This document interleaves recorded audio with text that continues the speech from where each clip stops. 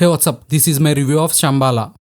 ఈ cinema plot ఏంటంటే, శంబాలా అనే ఒక ఊరిలో ఆకాశం నుంచి ఒక ఉల్కొచ్చి పడుతుంది. ఆ ఉల్క కింద నుంచి ఒక భూతం బయటకు వస్తుంది. ఆ భూతం ఊరిలో ఉన్న వాళ్ళందరినీ చంపుతూ ఉంటుంది. అప్పుడు చూడడానికి చిన్నగా ఉండే ఒక పెద్ద సైంటిస్ట్ వచ్చి ఆ ఊరిలో వాళ్ళందరినీ కాపాడతాడు.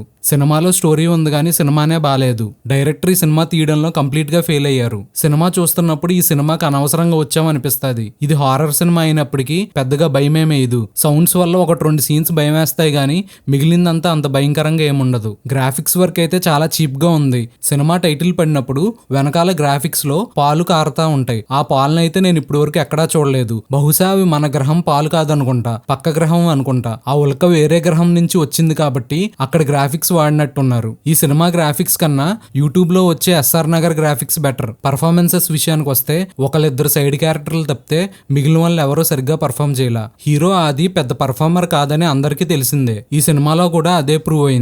నేనైతే ఈ సినిమాని అస్సలు రికమెండ్ చేయను. Watch it in OTT with green tea. Shambhala సినిమాకి నేను ఇచ్చే రేటింగ్